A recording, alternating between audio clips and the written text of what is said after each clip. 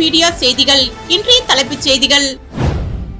புதுச்சேரி தனியார் பள்ளியில் ரூபாய் 18 லட்சம் மதிப்பிலான நகைகளை திருடிய முதியவர் கைது.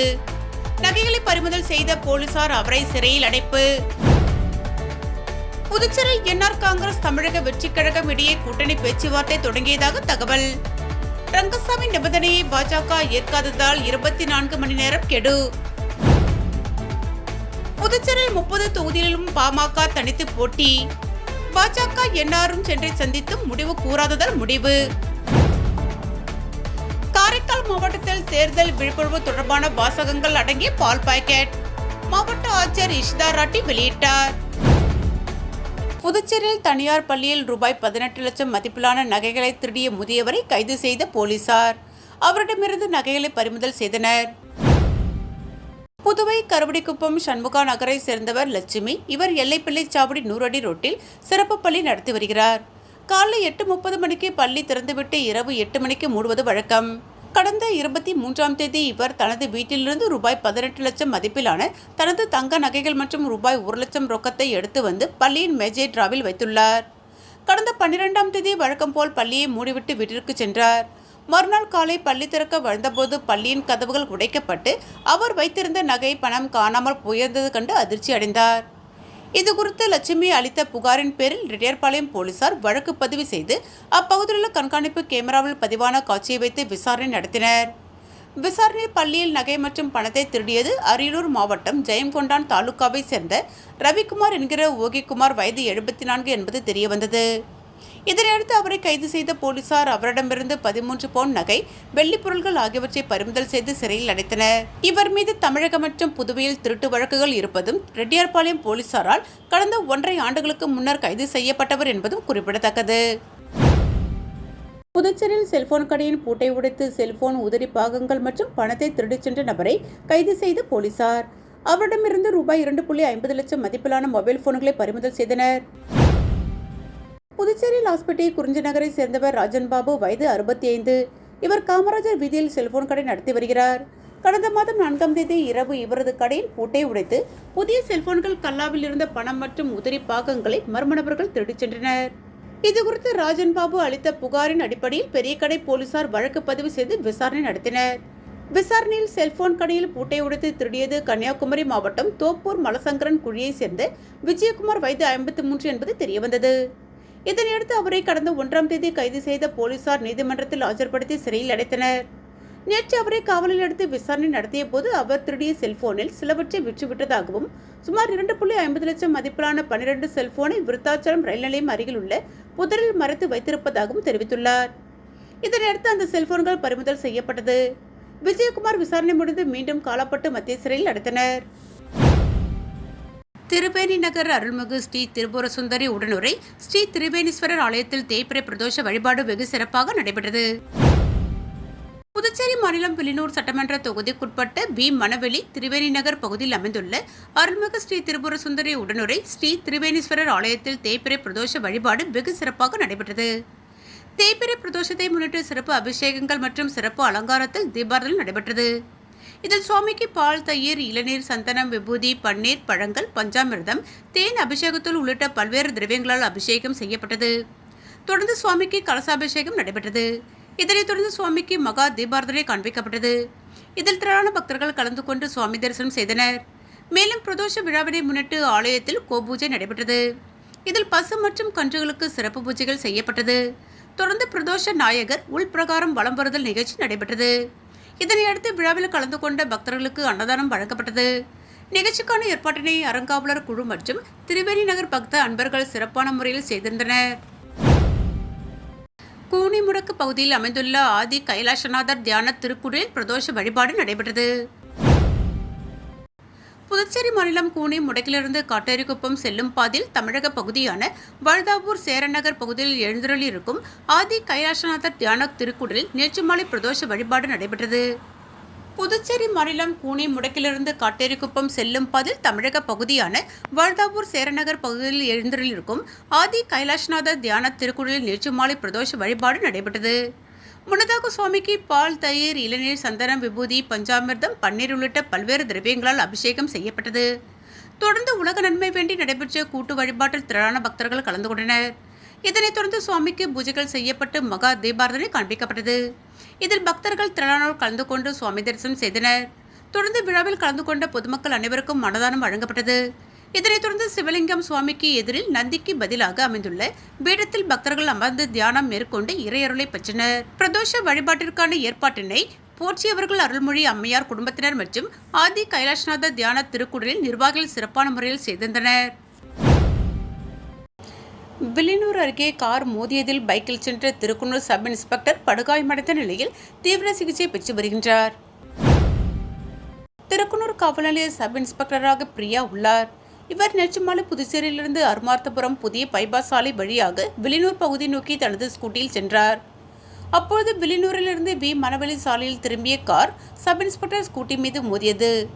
தூக்கி வீசப்பட்ட சப் இன்ஸ்பெக்டர் பிரியா கையெலும்பு முறிந்து தலை இடுப்பு பகுதியில் பலத்த காயமடைந்து மூச்சு பேச்சின்றி மயங்கி கிடந்தார். உடன் அந்த வழியாக சென்றவர்கள் அவரை மீட்டு ஜிப்மர் மருத்துவமனையில் சேர்த்தனர். இதுகுறித்து வில்லியனூர் போக்குவரத்து போலீசார் விசாரித்து வருகின்றனர். சட்டசபை தேர்தலை முன்னிட்டு அரசியல் நிகழ்வுகளுக்கு மாவட்ட தேர்தல் அலுவலகத்தில் முன் அனுமதி பெற வேண்டும் என அறிவுறுத்தப்பட்டுள்ளது. இது தொடர்பாக மாவட்ட ஆட்சியர் குலோத்துங்கல் வெளியிட்டுள்ள செய்திக்குறிப்பில், சட்டசபை தேர்தலை முன்னிட்டு மாதிரி தேர்தல் நடத்தை விதிமுறைகள் அமலில் உள்ளதால் எந்த ஒரு தனிநபரோ அரசியல் கட்சிகளோ வேட்பாளர்களோ செய்தித்தாள் மற்றும் மின்னணு ஊடகங்களின் விளம்பரங்கள் வெளியிடுதல், பொதுக்கூட்டம் நடத்துதல், வாகனங்களை பயன்படுத்தி பிரச்சாரம் செய்தல், பேரணிகள் நடத்துவது, அரசியல் நிகழ்வுகளுக்கு ஒலிபெருக்கி பயன்படுத்துதல் போன்ற நடவடிக்கைகளுக்கு மாவட்ட தேர்தல் அலுவலகத்தில் முன் அனுமதி பெறுவது அவசியமாகும்.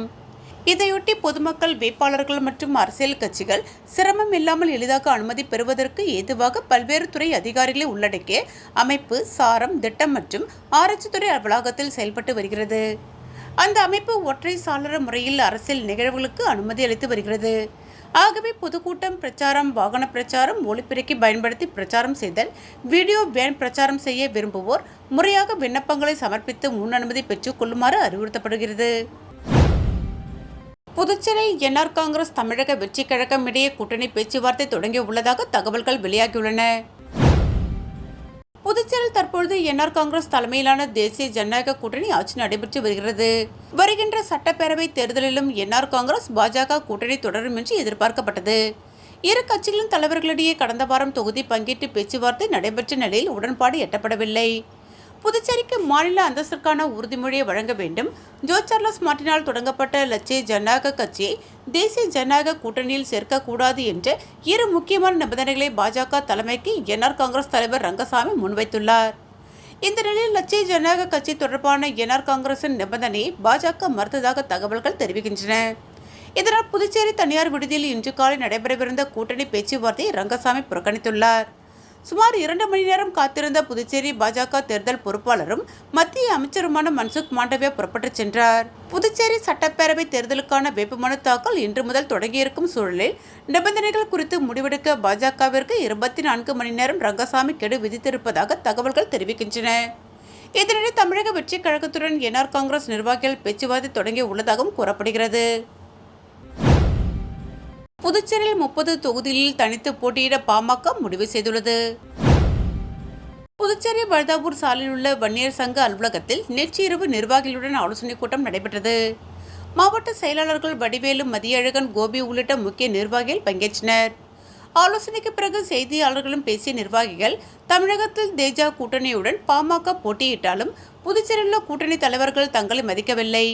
கூட்டணி கட்சி தலைவரும் முதல்வருமான ரங்கசாமி கட்சி நிர்வாகிகளுடன் சென்று 4 முறை சந்தித்துள்ளோம். புதுச்சேரியில் 5 இடங்கள் கேட்டும் ஆனால் கூட்டணி குறித்து அவர் எந்த முடிவும் பேசாமல் எங்களை புறக்கணித்துள்ளார். அதேபோன்று பாஜக தலைவர் ராமலிங்கத்தை 3 முறை சந்தித்து பேசினோம். அவரும் கட்சி மேலிடத்தை கேட்டு சொல்வதாக கூறினார். புதுச்சேரி பாஜக பொறுப்பாளர் நிர்மல்குமார் சுரானாவை சந்தித்தோம். அவரும் எந்த பதிலும் தெரிவிக்கவில்லை. கடந்த 2021ஆம் ஆண்டு தேர்தலில் பாமக ஆதரவோடு என்ஆர் காங்கிரஸ் வெற்றி பெற்றது. ஆனால் தற்போது தேர்தல் தேதி அறிவிக்கப்பட்டுள்ள நிலையிலும் கூட்டணி தலைமை எந்த முடிவும் தெரிவிக்கவில்லை. எனவே புதுச்சேரியில் 30 தொகுதியிலும் தனித்து போட்டியிட முடிவு செய்துள்ளோம். இது குறித்து அன்புமணிக்கு தெரிவித்து அவர் எடுக்கும் முடிவை நாங்கள் ஏற்பது என கூட்டத்தில் முடிவு செய்துள்ளோம் என கூறினார். புதுச்சேரி மாநில மக்கள் முன்னேற்ற கழகத்தில் செயற்குழு கூட்டம் கழகத்தின் தலைவர் பேராசிரியர் ராமதாஸ் தலைமையில் நடைபெற்றது. புதுச்சேரி மாநில மக்கள் முன்னேற்ற கழகத்தின் செயற்குழு கூட்டம் மணவெளி தொகுதி நோனாங்குப்பம் தனியார் ஹோட்டலில் நடைபெற்றது. காரைக்கால் மாவட்ட தலைவர் கணபதி சுப்பிரமணியம் தலைமையில் நடைபெற்ற இந்நிகழ்ச்சியில் மாநில செயலாளர் பரந்தாமன் முன்னிலை வகித்தார். புதுச்சேரி மாநில மக்கள் முன்னேற்ற கழகத்தின் தலைவர் பேராசிரியர் முனைவர் ராமதாஸ் கட்சியின் முன்னுள்ள சவால்கள் மற்றும் வருகின்ற சட்டமன்ற தேர்தலில் மேற்கொள்ள வேண்டிய நடவடிக்கைகள் குறித்து தெளிவாக எடுத்துரைத்தார். தொடர்ந்து கட்சியின் மகளிரணி, இளைஞரணி, மீனவரணி ஆகியவற்றின் நிர்வாகிகள் அறிமுகப்படுத்தப்பட்டனர். மேலும் இந்த நிகழ்ச்சியில் கட்சியின் துணைத் தலைவர் நித்யானந்தம், மாநில செயலாளர் பரந்தாமன், காரைக்கால் மாவட்ட செயலாளர் முனுசாமி, இணை செயலாளர் இளங்கோவன் உட்பட கட்சி நிர்வாகிகள் திரளாக கலந்து கொண்டனர். தமிழ் வழி கல்வியை கட்டாயமாக வலியுறுத்தி ஆளுநர் மாளிகை நோக்கி பேரணி நடைபெற்றது. புதுச்சேரியில் தமிழ் உரிமை இயக்கம் சார்பில் தமிழ் வழி கல்வியை கட்டாயப்படுத்த கோரி அணிவகுப்பு பேரணி நடைபெற்றது. 2026-27 கல்வி ஆண்டிலிருந்து தமிழ் வழி கல்வியை அமல்படுத்த வேண்டும், கல்வி வாணிகத்தை கட்டுப்படுத்த வேண்டும் உள்ளிட்ட கோரிக்கைகளை முன்வைத்து பொதுமக்கள் திரளாக கலந்து கொண்டனர். இந்த பேரணி புதுச்சேரி துணைநிலை ஆளுநர் மாளிகை நோக்கி சென்றது. இதில் கலந்து கொண்டவர்கள் தாய்மொழியை தமிழை பாதுகாக்க வேண்டும், தாய்மொழி வழிக்கல்வியை ஊக்குவிக்க வேண்டும் என கோரிக்கைகளை வலியுறுத்தினர். பேரணியின் முடிவில் அரசுக்கு கோரிக்கை மனு வழங்கப்பட்டது. தமிழால் ஒன்றிணைவோம், தாய்மொழி தமிழை பாதுகாப்போம் என்ற முழக்கங்கள் எழுப்பப்பட்டன. ஓதியம்பட்டு ஸ்ரீ சர்க்குரு மகான் வண்ணார பரதேஸ்வரர் சித்தர் ஆலயத்தில் தேய்பிறை பிரதோஷ பூஜை சிறப்பாக நடைபெற்றது. முருங்கம்பாக்கத்திலிருந்து வெளியூர் போகும் வழியில் அமைந்துள்ள மிகவும் பழமை வாய்ந்த ஸ்ரீ சர்க்குரு மகான் வண்ணார பரதேஸ்வரர் சித்தர் ஆலயத்தில் தேய்பிறை பிரதோஷத்தை முன்னிட்டு மஞ்சள் பொடி, அபிஷேக பொடி, அரிசி மாவு, பால், தயிர், இளநீர், சந்தனம் போன்ற பல்வேறு திரவியங்கள் மற்றும் கலச அபிஷேகம் செய்யப்பட்டு சிறப்பு அலங்காரத்தில் நந்தி மற்றும் மூலவருக்கு மகா தீபாரதனை நடைபெற்றது. இதில் சுற்று வட்டார பகுதியிலிருந்து திரளான பக்தர்கள் கலந்து கொண்டு சுவாமி தரிசனம் செய்தனர். தொடர்ந்து விழாவில் கலந்து கொண்ட பக்தர்கள் அனைவருக்கும் அன்னதானம் வழங்கப்பட்டது. பூஜைக்கான ஏற்பாட்டினை ஆலய நிர்வாக அதிகாரி பர்குணம் மற்றும் ஆலய அர்ச்சகர் முத்து, உபயதார உதயம்பட்டை சேர்ந்த அஞ்சா, போர்வெல் உரிமையாளர் சுந்தரம் குடும்பத்தினர்கள் சிறப்பாக செய்திருந்தனர். காரைக்கால் மாவட்டத்தில் தேர்தல் விழிப்புணர்வு தொடர்பான வாசகங்கள் அடங்கிய பால் பாக்கெட்டுகளை மாவட்ட ஆட்சியர் இஷிதா ராட்டி வெளியிட்டார். புதுச்சேரி சட்டமன்ற தேர்தலை ஒரே கட்டமாக தேர்தல் நடத்த தேர்தல் ஆணையம் அறிவித்துள்ளது. அதன்படி வரும் ஏப்ரல் 9 புதுச்சேரி சட்டமன்ற தேர்தலுக்கான வாக்குப்பதிவு நடைபெற உள்ளது. இந்நிலையில் இதுகுறித்த விழிப்புணர்வை மக்களிடத்தில் ஏற்படுத்தும் வகையிலும் 100% வாக்குப்பதிவை காரைக்கால் மாவட்டத்தில் உறுதி செய்யும் வகையிலும் காரைக்கால் மாவட்ட மக்களிடையே விநியோகம் செய்யப்படும் பால் பாக்கெட்டுகளில் வாக்காளர் தேர்தல் விழிப்புணர்வு குறித்த வாசகங்கள் கொண்ட ரப்பர் ஸ்டாம்ப் சீல் வைத்து மக்களிடையே விநியோகம் செய்யும் நடைமுறையினை ஆட்சியர் இஷிதா ராட்டி இன்று துவக்கி வைத்தார். காரைக்கால் கூட்டுறவு பால் உற்பத்தியாளர்கள் ஒன்றியம் மூலம் நாள் ஒன்றுக்கு சுமார் 30,000 பால் பாக்கெட்டுகளில் விழிப்புணர்வு வாசகங்கள் சீல் வைக்கப்பட்டு மக்களிடம் விநியோகிக்கப்பட உள்ளதாகவும், 1 மாத காலம் இந்த வாசகங்கள் அடங்கிய பால் பாக்கெட்டுகள் மாவட்டம் முழுவதும் விற்பனை செய்யப்பட உள்ளதாகவும் தெரிவிக்கப்பட்டுள்ளது. பால் பாக்கெட்டுகளில் தேர்தல் விழிப்புணர்வு வாசகங்கள் அச்சிடப்பட்டு விநியோகிக்கும் முறை மக்களிடையே பெரும் வரவேற்பை பெற்றுள்ளது.